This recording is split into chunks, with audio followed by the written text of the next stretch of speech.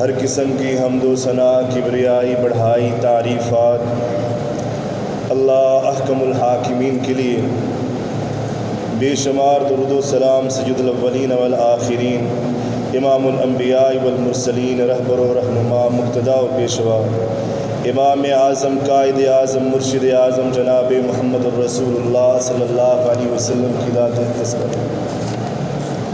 برادران اسلام،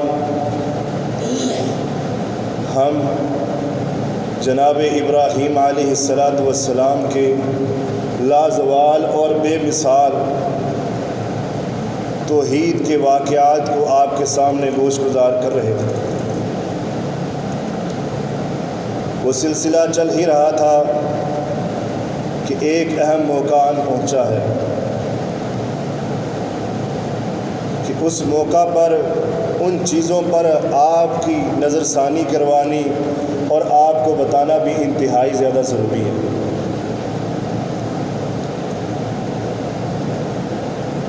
اسلامی مہینوں میں سے حرمت والا مہینہ ذوالحجہ چل رہا ہے، ابتدا ہو چکی ہوئی ہے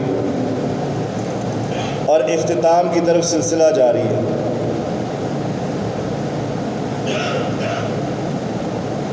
ان دنوں میں ایک دن آنا ہے جسے یوم عرفہ کہا جاتا ہے۔ ان دنوں میں ایک دن آنا ہے جس میں آپ نے قربانی کرنی ہے،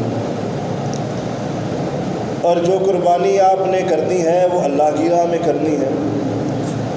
اور آپ کو یہ بات معلوم ہونی چاہیے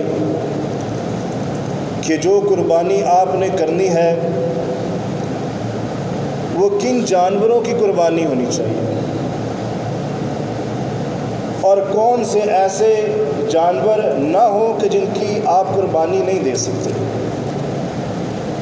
اگرچہ وہ جانور ان جانوروں کی لسٹ میں بھی ہو کہ جن جانوروں کو اللہ کی راہ میں قربان کرنے کا حکم دیا گیا ہے، آپ انہیں نہیں کر سکتے۔ یہ باتیں اللہ رب العزت کی رحمت کی بدولت آپ کے سامنے گوش گزار کروں گا۔ آپ سے عرض کیا ہے کہ رب کائنات کے اسلامی مہینے میں چل رہا ہے، اللہ رب العزت کو بیان کرنے کے لیے، اپنی باتوں کا تذکرہ کرنے کے لیے کوئی زیادہ دباؤ ڈالنے یا قسمیں اٹھانے کی کوئی ضرورت نہیں، مگر اللہ رب العزت نے یہ بات بتائی اور باور کرائی، سمجھائی ہے کہ اے محمد الرسول اللہ صلی اللہ علیہ وسلم، اپنی امت کے لوگوں کو یہ بات سمجھانی ہے اور بتانی ہے۔ کیا بتانی ہے؟ اللہ رب العزت کہتے ہیں والفجر، فجر کی قسم، ولیال عشر، اللہ رب العزت طلوع فجر کے وقت کی قسم اٹھا رہا ہے اور راتوں کی، ان دنوں کے راتوں کی قسمیں اٹھا رہا ہے۔ اور اللہ رب العزت یہ دنوں کی قسمیں اٹھا کر کے یہ بات بتانا چاہتا ہے، سمجھانا چاہتا ہے کہ سال کے 12 مہینوں میں، 11 مہینوں میں میری رحمت کے دروازے کھلے ہیں، اور جو کچھ حاصل کرنا ہے، اجر حاصل کرنا ہے، اجر کے دروازے کھلے ہیں۔ میں رب کبریا چاہوں جنت کے دروازے کھلے ہیں، جہنم کے دروازے بند ہیں۔ اللہ رب العزت یہ بات سمجھانا چاہتا ہے، باور کروانا چاہتا ہے کہ میں عرش و فرش کا مالک اکیلا خدا رب العالمین اپنی رحمت کے دروازے جس دن چاہوں، جس طرح چاہوں کھول سکتا ہوں۔ یہ اللہ رب العزت باور کروانا چاہتا ہے اور سمجھانا چاہتا ہے۔ مناسک حج میں سے، اور حج کا یہ مہینہ چل رہا ہے، اس میں بڑی اہمیت کا حامل جو دن ہے وہ یوم عرفہ۔ اکثر کو نہیں پتہ یوم عرفہ کون سا دن ہے، یعنی یوم عرفہ 9 ذوالحجہ کا دن، 9 ذوالحجہ کا ایسا دن ہے کہ بخاری مسلم کی حدیث ہے، جناب محمد الرسول اللہ صلی اللہ علیہ وسلم نے فرمایا اپنی میٹھی زبان سے، العمرۃ الی العمرۃ کفارۃ لما بینہما، کہ جو شخص اس مہینے میں قربانی کے بعد حج ادا کرنے کے بعد عمرہ کرتا ہے، ایک عمرہ سے لے کر دوسرے عمرہ تک اللہ رب العزت اس کے درمیان کے گناہوں کا کفارہ بنا دیتا ہے، سارے کے سارے گناہ معاف ہو جاتے ہیں۔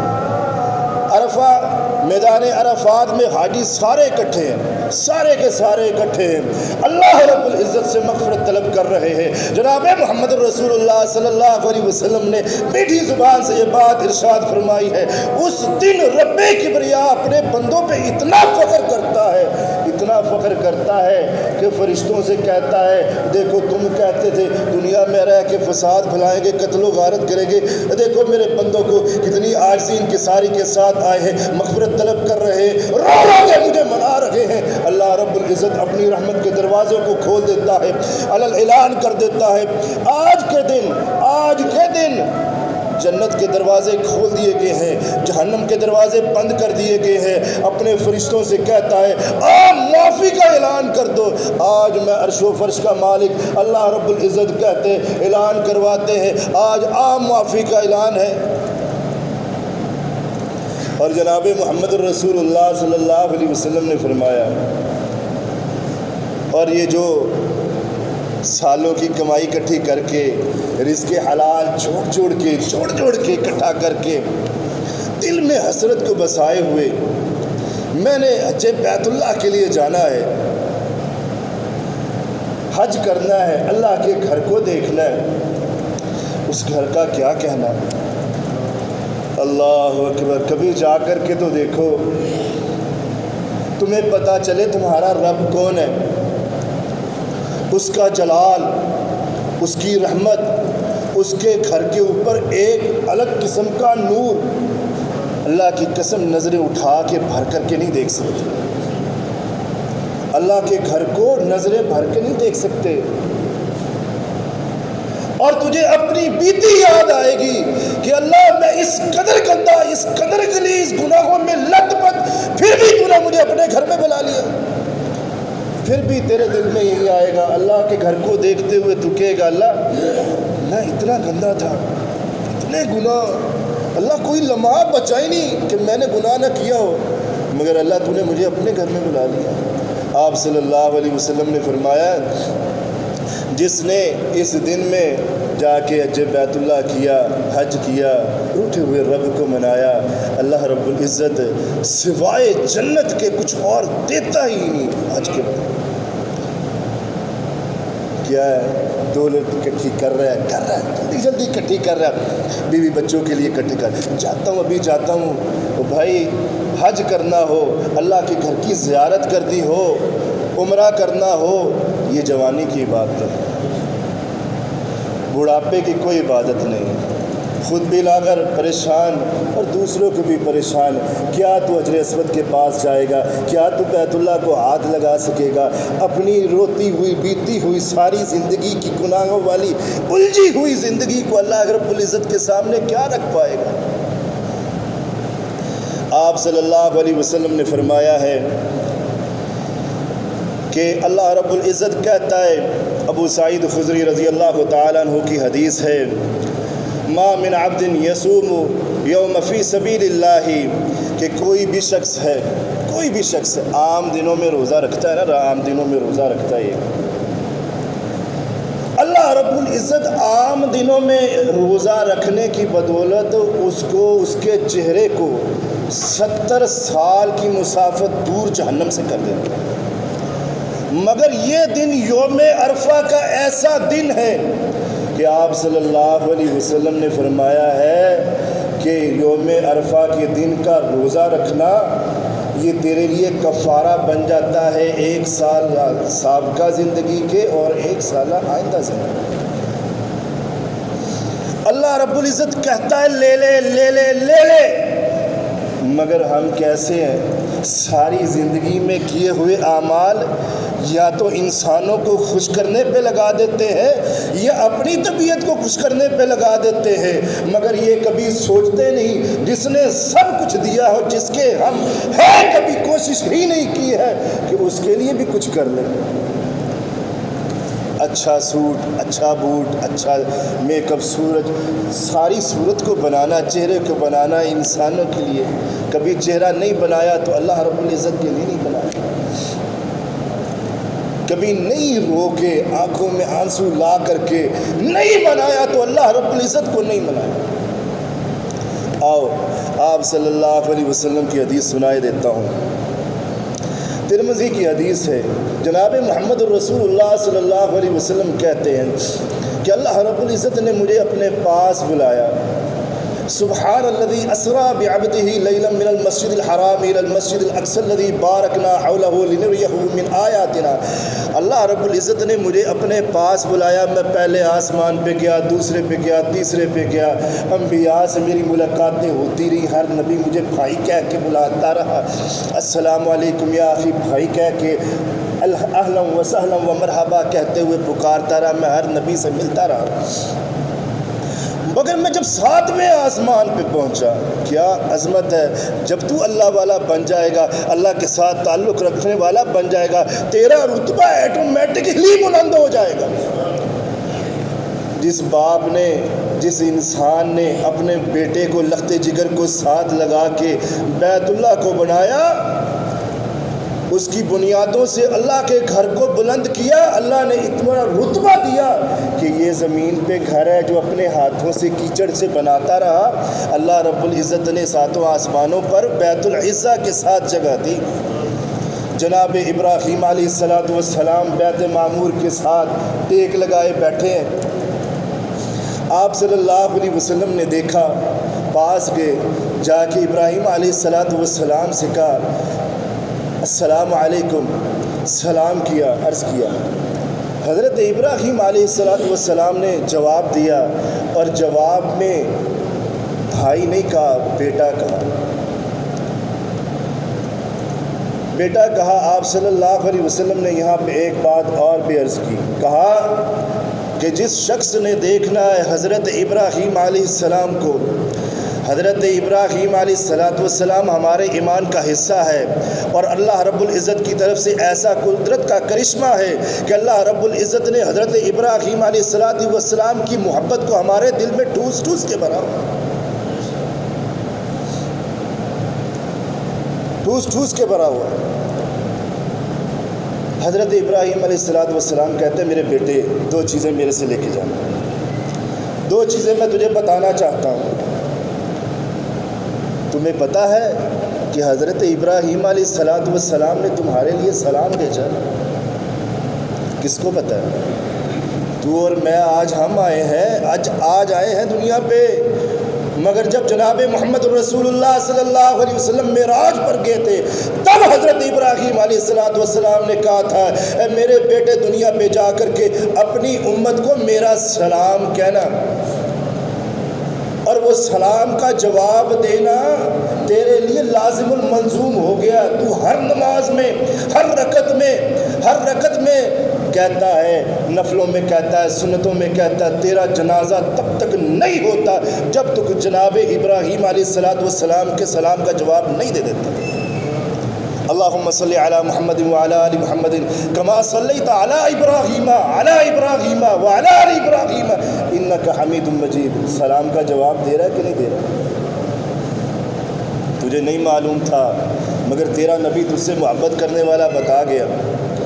اور فرمایا بیٹا دوسری چیز بھی لیتے جانا، جا کر کے اپنی امت کو بتا دینا میں نے، ابراہیم نے ساری جنت دیکھ رکھی ہے، ساری جنت دیکھ لی ہے میں نے. اور جنت کا جو مٹی ہے نا بڑی زرخیز ہے، مٹی جنت کی بڑی زرخیز ہے، اور جنت کا پانی بڑا میٹھا ہے. اور جنت کی مٹی زرخیز ہونے کے ساتھ ساتھ چٹیل ہے، صاف ہے، صاف. اس میں تیرے لیے کوئی پیڑ پودا نہیں لگا ہوا. تو سمجھتا یہاں پہ آ کے میں عیاشیاں کر کے دنیا میں اپنے مطابق زندگی بسر کر کے مر جاؤں گا، جنت میں چلا جاؤں گا، میرے لیے حوریں تیار ہیں اور دودھ شہد کی نہریں چل رہی ہیں. نہیں، تو نے دنیا پہ رہتے ہوئے اپنے لیے کمائی کر کے لے کے جانا ہے. یہاں پہ کمائی کرے گا ادھر کی مٹی زرخیز ہے. سبحان اللہ والحمدللہ ولا الہ الا اللہ واللہ اکبر.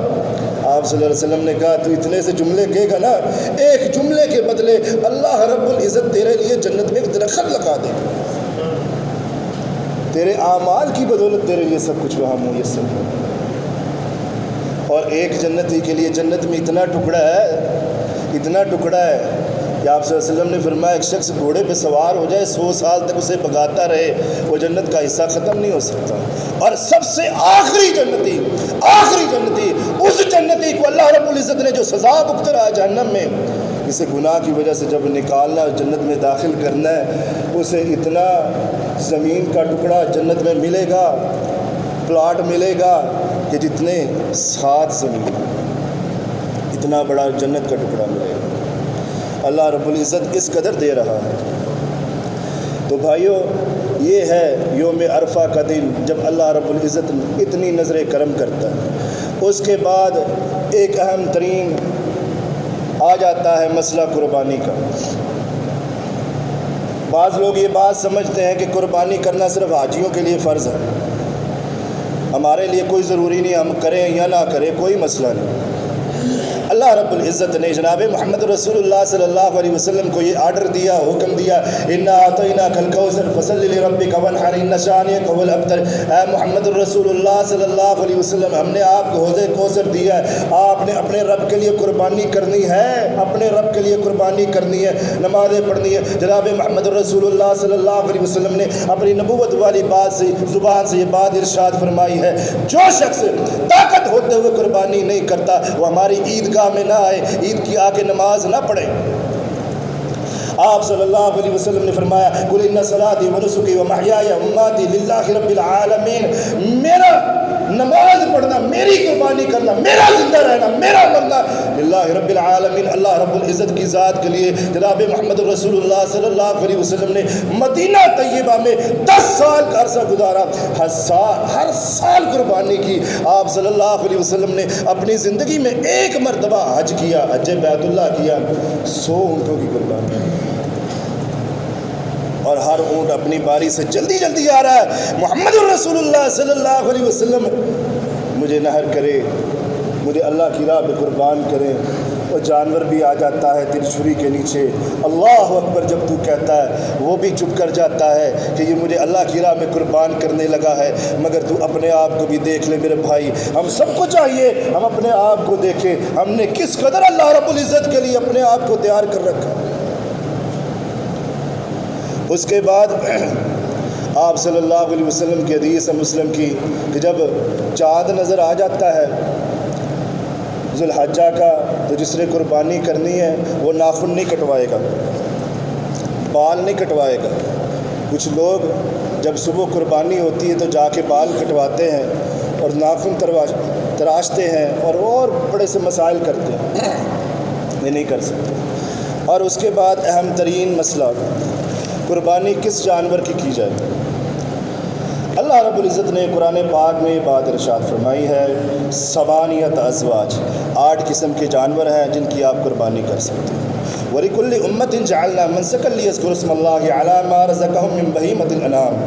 کہ اللہ رب العزت نے کہا ہر امت کے لیے ہم نے ایک قاعدہ کلیہ, ایک قانون بنایا ہے جس کے تحت وہ انسان امت قربانی کر سکتی ہے, اللہ کی راہ میں جانوروں کو ذبح کر سکتی ہے. اب 8 قسم کے جو جانور اللہ رب العزت نے کہا میری راہ میں قربان کر سکتے ہو, وہ کون سے ہیں؟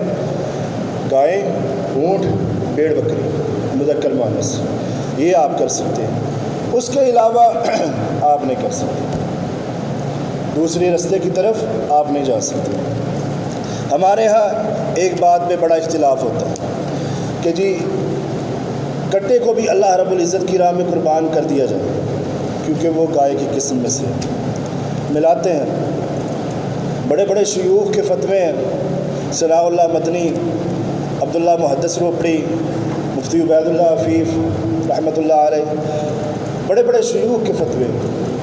وہ کہتے ہیں کٹے کی قربانی جائز نہیں, جو اللہ رب العزت نے قرآن میں کہہ دیا 8 قسم کے جانور ہیں وہی قربان کر سکتے ہیں. اب جہاں یہ بات آ جاتی ہے کہ جی کٹا گائے کی قسم میں سے ہے، ملاتے ہیں کہ جی گائے کی قسم میں سے کیوں نہیں کر سکتے؟ کٹا جو ہے، بھینس جو ہے، وہ گائے کی قسم میں سے نہیں ہے۔ اگر آپ ان کی عادات کو دیکھ لیں تو مختلف ہے، جدا جدا ہے۔ کیسے؟ آپ کے سامنے رکھ دیتا ہوں۔ گائے جو ہے وہ پتلا دودھ دیتی ہے، بھینس جو ہے اس کا دودھ گاڑھا ہوتا ہے۔ گائے کا جو گوشت ہے وہ پیلا ہوتا ہے، اور جو کٹے کا گوشت ہے بھینس کا، اس کا گوشت لال ہوتا ہے۔ اور گائے جو ہوتی ہے وہ صفائی پسند ہوتی ہے، کٹا صفائی پسند نہیں ہوتا۔ اور اس کے علاوہ جو گائے ہوتی ہے گندے جوہڑ میں کبھی داخل نہیں ہوتی، لاکھ جتن کر لو، اسے دھکے لگا دو، گندے جوہڑ گندے پانی میں وہ نہیں داخل ہوگی۔ بھینس کو ایک اشارہ کرو وہ چلی جائے گی۔ یہ وجوہات ہیں، یہ باتیں ہیں جو کٹے کو گائے سے جدا کر دیتی ہیں۔ جب آپ کے پاس جو قرآن نے کہا ہے، اللہ نے حکم کیا کہ جانوروں کی قربانی کرنی ہے، تو جب یہ موجود ہے تو پھر کس چیز کا مسئلہ ہے دوسری طرف جانے کا؟ کیوں ایک الجھن میں ڈالنا لوگوں کو؟ تو یہ جانور ہے جو آپ کے سامنے میں نے رکھے ہیں، جن کی آپ قربانی کر سکتے ہیں۔ اس کے بعد یہ جو جانور ہیں ان میں دوسری چیز دیکھنے والی ہوتی ہے کہ یہ جانور آپ کے عیب سے پاک ہو، لاغر نہ ہو، یہ نہ ہو کہ وہ چل بھی نہ سکے، کان کٹا نہ ہو، کان میں سوراخ نہ ہو، اس کے بعد وہ بھینگا پن نہ ہو، اس کی آنکھیں ٹیڑھی نہ ہو، اسے نظر نہ آتا ہو، چلنے میں لڑکھڑاہٹ ہو، لڑکا پن ہو، وہ چل نہ سکتا ہو، ایسا بھی جانور آپ نہیں کر سکتے قربانی میں۔ یہ جانور جائز نہیں ہے۔ جو جانور جائز ہے وہ تندرست ہے، توانا ہے۔ اس کے بعد اگلی بات کہ آپ نے جانور جب ذبح کرنا ہے تو اس کی عمر کتنی ہونی چاہیے؟ آپ صلی اللہ علیہ وسلم کی حدیث بھی ہے کہ جانور جو آپ نے ذبح کرنا ہے نا وہ دوندا ہونا چاہیے۔ لا تذبحوا الا بمسلم، کہ آپ صلی اللہ علیہ وسلم نے حکم دیا ہے کہ دوندے جانور کی قربانی کرنی ہے۔ اور اگر آپ کو بالفرض پیسے نہیں مہیا، طاقت نہیں ہے، آپ دوندا نہیں مل رہا، کیونکہ سیزن ہوتا ہے لوگوں کا، وہ دوندے کا ریٹ بڑھا دیتے ہیں، اور آپ کے پاس کم پیسے ہیں، اللہ کی چاہت، اس کی رضا، اس کی محبت چاہتے ہیں، قربانی کرنا چاہتے ہیں، پیسے کم ہیں، یا آپ کے پاس جانور ہے کھیرا، دمبا یا چھترا، آپ وہ اللہ رب العزت کی راہ میں قربان کر سکتے ہیں۔ اس کے علاوہ آپ کتنی قربانیاں کر سکتے ہیں؟ طاقت ہے تو زیادہ بھی کر لیں، مگر اگر آپ ایک قربانی کرنا چاہتے ہیں، ایک قربانی، تو آپ کے جو سربراہ ہے وہ قربانی کرے گا تو اس ایک کی قربانی سب پر انحصار کر جائے گا، سب پر کفایت کر جائے گا، وہ سارے گھر کی طرف سے قربانی ہو جائے گی۔ اب اس کے بعد یہ مسائل کے بعد اہم ترین مسئلہ کہ جو آپ نے حصہ ڈالنا ہے گائے میں یا اونٹ میں وہ کتنا ہونا چاہیے؟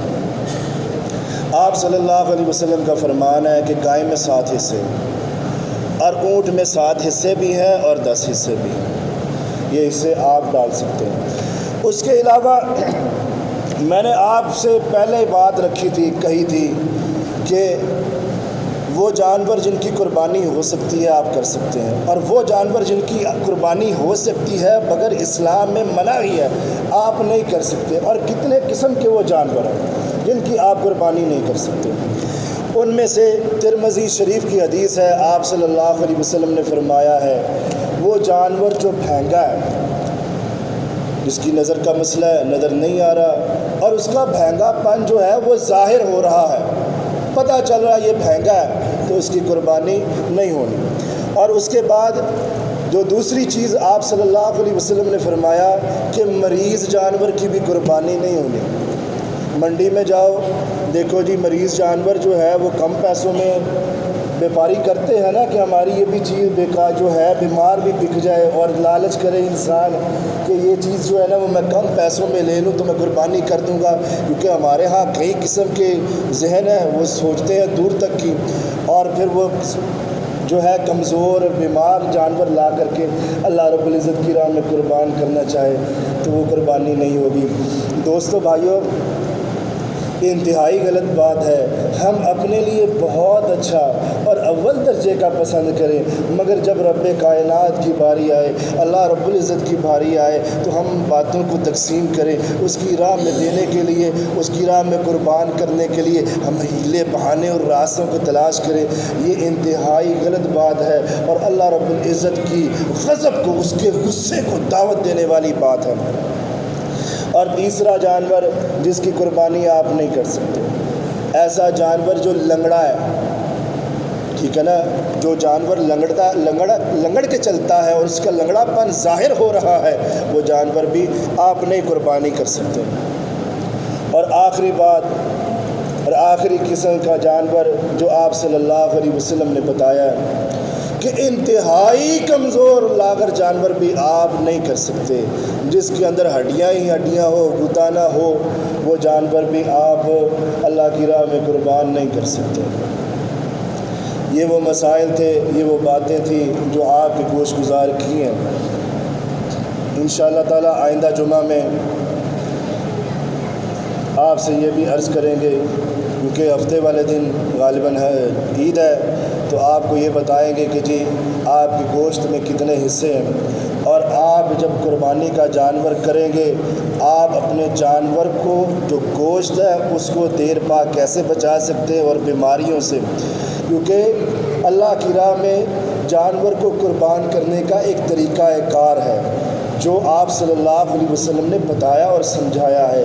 نبی صلی اللہ علیہ وسلم کا طریقہ اور اللہ کے نبی کی حدیث ہے اور سنت ہے، اس طریقے کے مطابق کریں گے، اور آپ کو بتایا جائے گا کہ کیا جانور کو آپ نے عید نماز پڑھنے آنے سے پہلے قربانی کرنی ہے یا بعد میں کرنی ہے، اور ساتھ ہی ساتھ آپ سے یہ بھی اللہ کے نبی کا فرمان بتائیں گے کہ جی کیا آپ کی مائیں بہنیں عیدگاہ آ سکتی ہیں کہ نہیں آ سکتی، کیونکہ کچھ اسلامی بہنیں مائیں گھر میں ہی رہ لیتی ہیں کہ جی ہمارا جانا ضروری ہی نہیں ہے، تو یہ مسائل آپ کے سامنے رکھیں گے۔